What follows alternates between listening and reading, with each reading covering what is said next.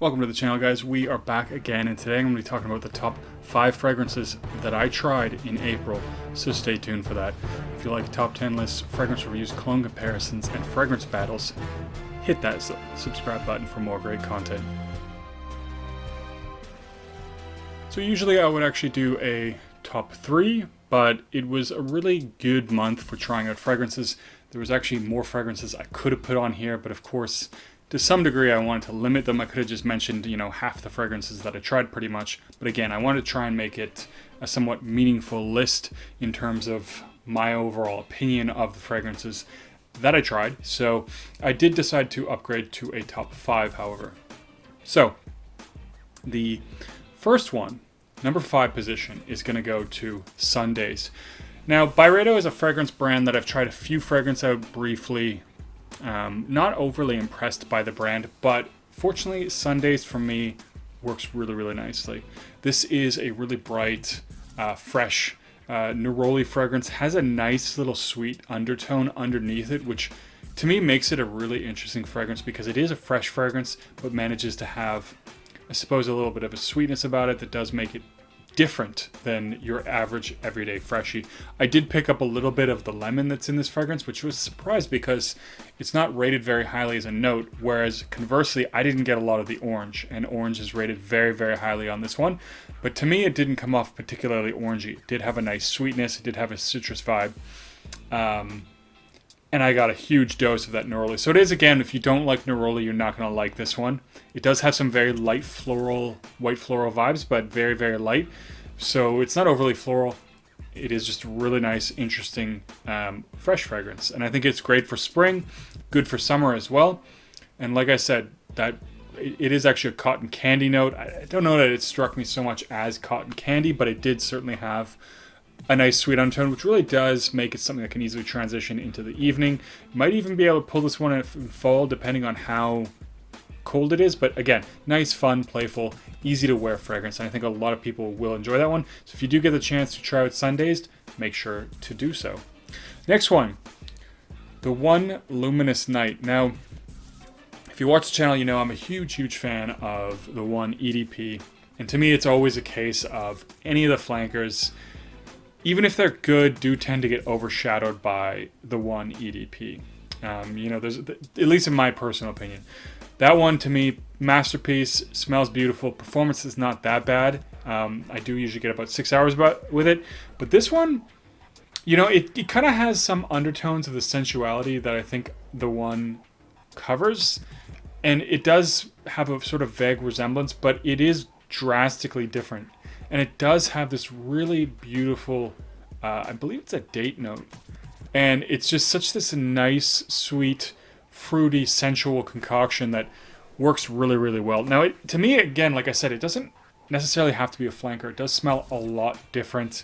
I mean, I guess it has maybe some remnants of the one in it. To me, personally, I don't think anyone would smell it and say, oh, this smells like the one. But, again, very similar occasions. Great evening out fragrance. Does perform quite well. I would say 6 to 8 hours, so it does get better longevity than the one EDP.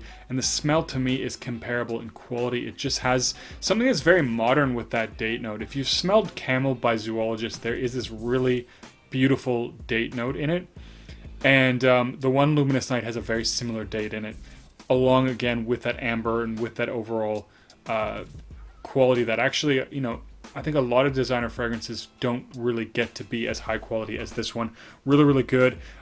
Different as well, because even though it is a designer fragrance, it definitely has something that sets it apart from other designer fragrances. It doesn't smell super mainstream. It does smell a little bit different. The quality is definitely there.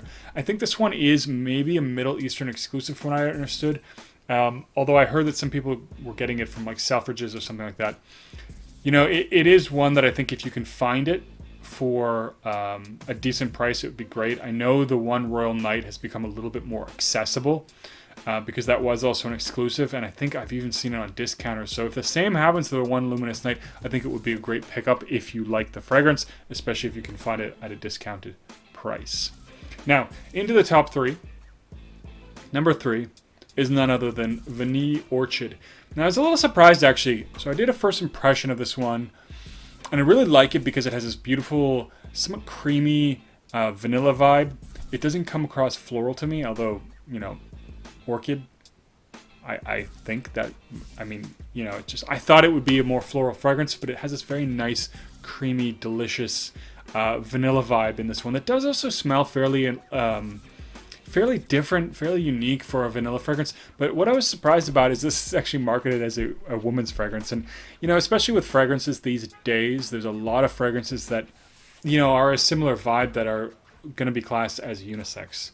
So yes, I mean, a lot of the times I think vanilla fragrances can be feminine, I guess. But you have things like Annie. There's that fragrance from Cartier Barcelona that also, I've totally forgotten the name right now, Elborn, also I believe unisex. And I just think that a lot of fragrances are, even if traditionally they might not have been thought of as unisex, certainly are marketed now more unisex, and a lot of guys are wearing these types of fragrances. So to me, it did not feel particularly feminine. It did have more of a gourmandy vibe to it, and to me, that category of fragrance is always unisex. I've never really, I mean, sometimes there are some that do smell very feminine to me, but in most cases, I don't think I've ever smelled a gourmand that I would say, yes, this smells super masculine. So anyways, it is a really nice vanilla fragrance, and I think if you like vanilla, it's one that you'll definitely enjoy. So it's a really, really enjoyable, very nice vanilla fragrance. Now, next one, into the top two. And usually I wouldn't do this, but I will spoil you and say both are from the same house. And usually I would try not to do that, but it is a top 5, so what are you going to do? And both these were very good. But anyways, the number 2 spot goes to Cruz del Sur. So this is a really nice fruity coconut fragrance from Xerjoff. And, it just has this really nice, sensual, playful vibe to it that I really, really enjoy. It's not overly fresh. It is definitely a little bit sweeter. It's not super thick, so a lot of people love this one for the summer, and I think it could be worn spring, summer, spring especially. But it is one of these fragrances that to me smells exactly like you're walking along a tropical beach. That is the smell of the fragrance, in my opinion. Like, it just gives off these very nice vacation tropic vibes that are absolutely stunning.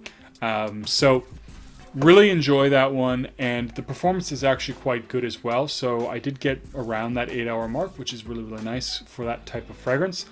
And I think it's one definitely worth checking out if you like the notes, and if you're new to Xerjoff, it's probably one to check out as well.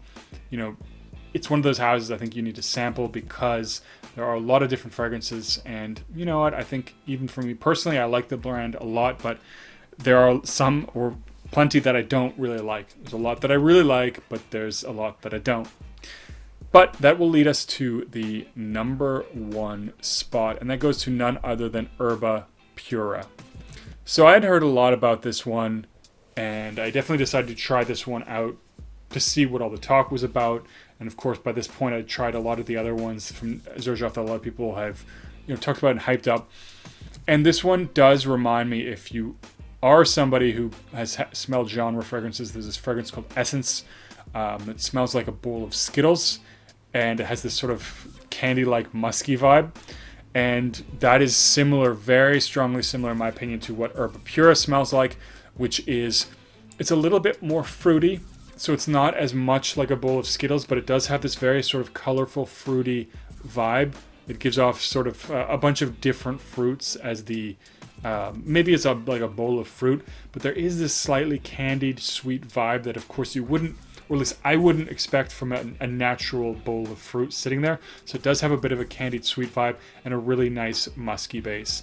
Over time it does start to tone down a little bit, become a little bit more of a musky fragrance than and not as sweet, but absolutely great fragrance. A lot of people love this one for summer. I have not tried it in the summer. As I said, I've just tried this one out.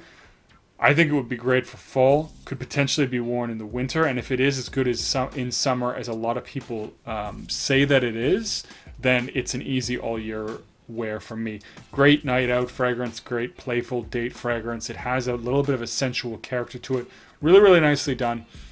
Do enjoy that one. It's pretty loud without being overbearing as well, so it's not super beast mode.